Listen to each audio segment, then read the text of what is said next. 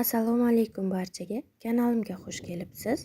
Bugun men sizlarga oddiy va mazali krem tayyorlashni ko'rsataman. Bu uchun idishimizga 2 piyola shakar, 1 piyola to'ldirmasdan suv solamiz. Shakar eriguncha yaxshilab aralashtirib turamiz va 1-2 daqiqa qaynatib olamiz.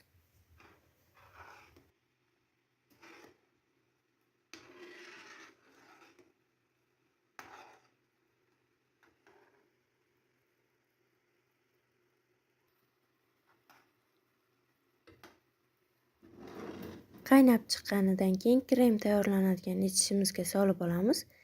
Tezroq sovishi uchun.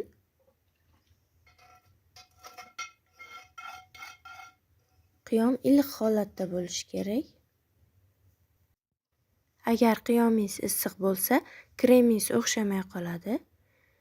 Endi qiyomni ichiga 300 gram xona haroratida erigan sariyog' solamiz.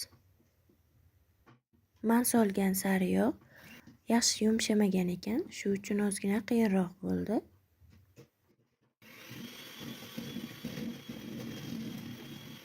Qiyom bilan sariyog' aralashguncha yaxshilab mikserlang.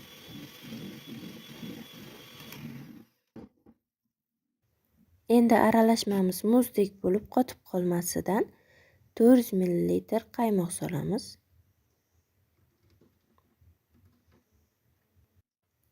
Yana yaxshilab oppoq bo'lguncha ko'pirtirib olamiz.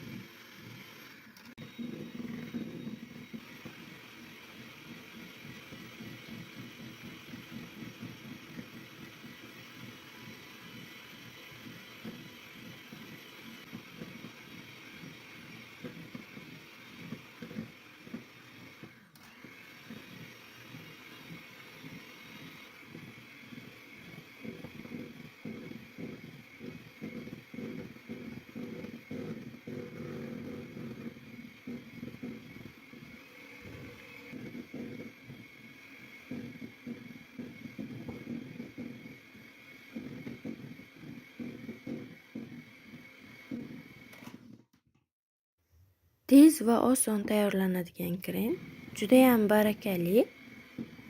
Tortlarga, Napoleon, rulet, medavik hamma narsaga ishlatsangiz bo'ladi. Juda ham mazasi zo'r.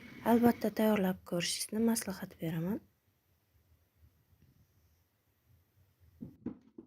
Kremimiz tayyor bo'ldi. Keyingi videolarda ko'rishguncha xayr.